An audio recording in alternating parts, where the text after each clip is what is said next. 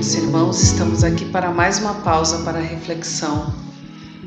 É importante que para a nossa reflexão de hoje tenhamos mais ou menos claro o que seria duas expressões que nós vamos encontrar na passagem que traremos do Evangelho.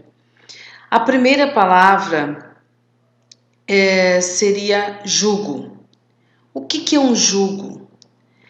Ela é uma peça feita em madeira utilizada para prender os bois à carroça ou ao arado. É o que chamam de canga. E aí é importante a gente entender o que é então um jugo. É algo que nos prende à carga que precisamos levar. A segunda expressão é fardo. É aquilo que nos pesa excessivamente, é a carga, é o peso e volume. Em algumas situações são os encargos e as responsabilidades.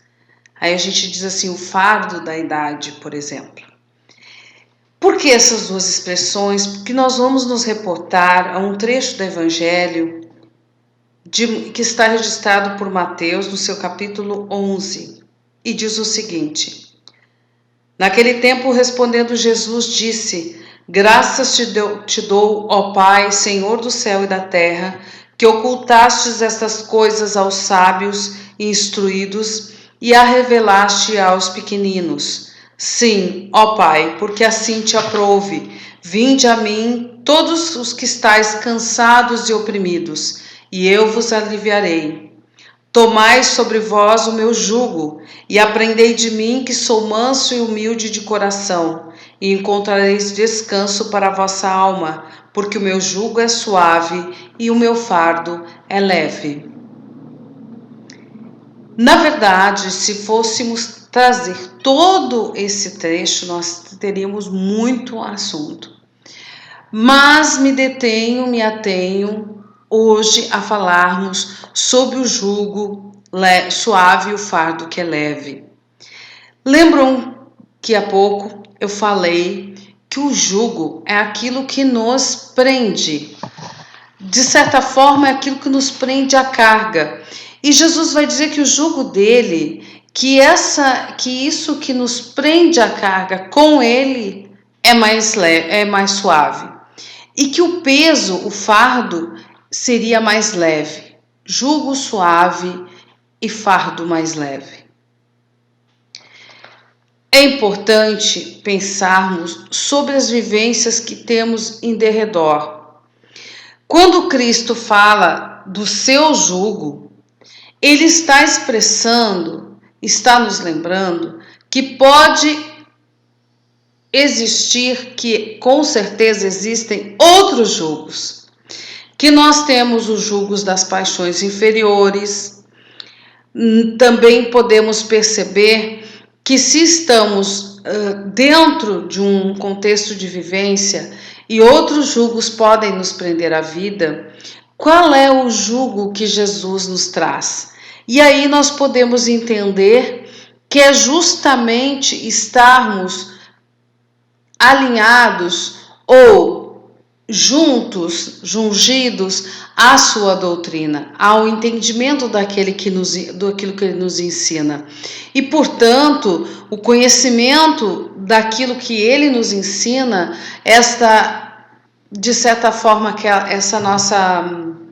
esse nosso vínculo com os ensinamentos do Cristo é que são o verdadeiro jugo.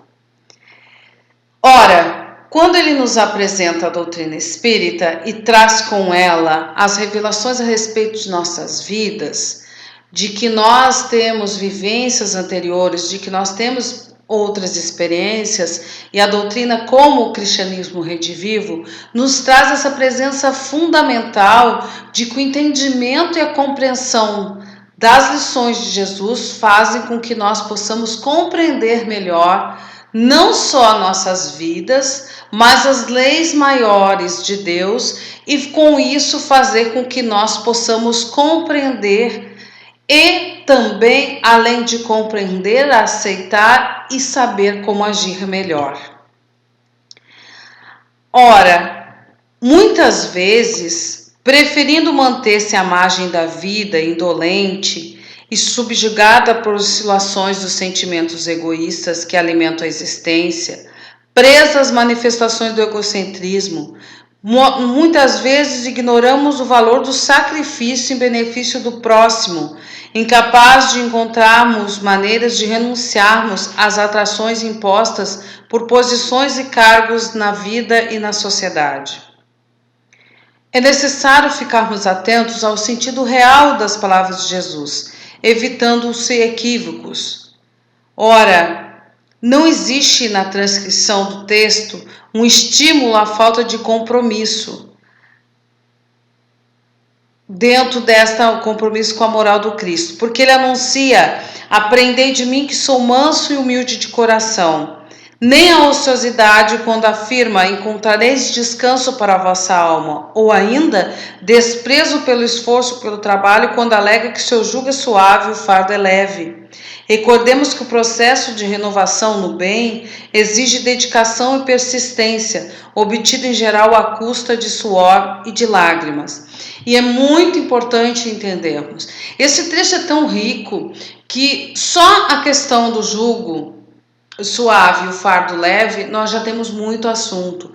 A questão de ele dizer: aprendei comigo que sou manso e pacífico, que já citamos em outras reflexões, onde ele nos coloca na posição de aprendizes dele. Mas transcrevo aqui,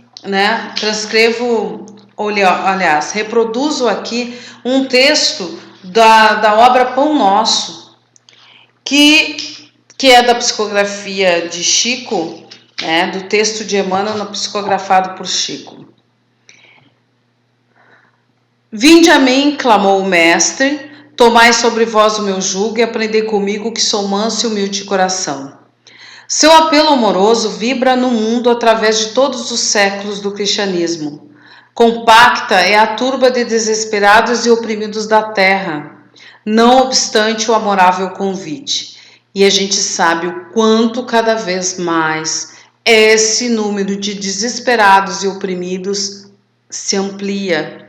E aí a realidade, a atualidade e a necessidade de refletirmos este texto de Cristo. É que o mestre no Vinde a mim espera naturalmente que as almas inquietas e tristes o procurem para a aquisição do ensinamento divino. Mas nem todos os aflitos pretendem renunciar ao objeto de suas desesperações e nem todos os tristes querem fugir à sombra para o encontro com a luz. E isto é extremamente importante neste momento, meus queridos. Muitas vezes nós nos angustiamos. Eu vou citar o fato de que nós aqui trabalhamos com os grupos de prece. Aliás, estamos montando um novo grupo de prece para pessoas que querem colaborar com esse trabalho de usar seu tempo, a sua energia espiritual, a sua condição, seus pensamentos para trabalhar em benefício de toda a humanidade. Mas quando nós colocamos, por exemplo, vamos fazer preces pelo Iago. Nós sabemos que o Iago tem suas problemáticas como indivíduo. Mas nem sempre o Iago quer se libertar. Muitas vezes a mãe, a avó, a tia do Iago vai pedir por ele. Mas não significa que esses pedidos que elas fazem correspondam à vontade dele de sair daí. Porque muitos, como diz o texto aqui, nem todos os aflitos querem renunciar aos objetos das suas desesperações. Há pessoas aflitas que preferem viver na aflição. Nem todos os tristes querem fugir à sombra para o encontro com a luz. Há pessoas que querem ficar tristes. E esta é uma realidade extremamente angustiante, poderemos dizer assim. Mas não significa que nós não tenhamos o luzeiro da esperança.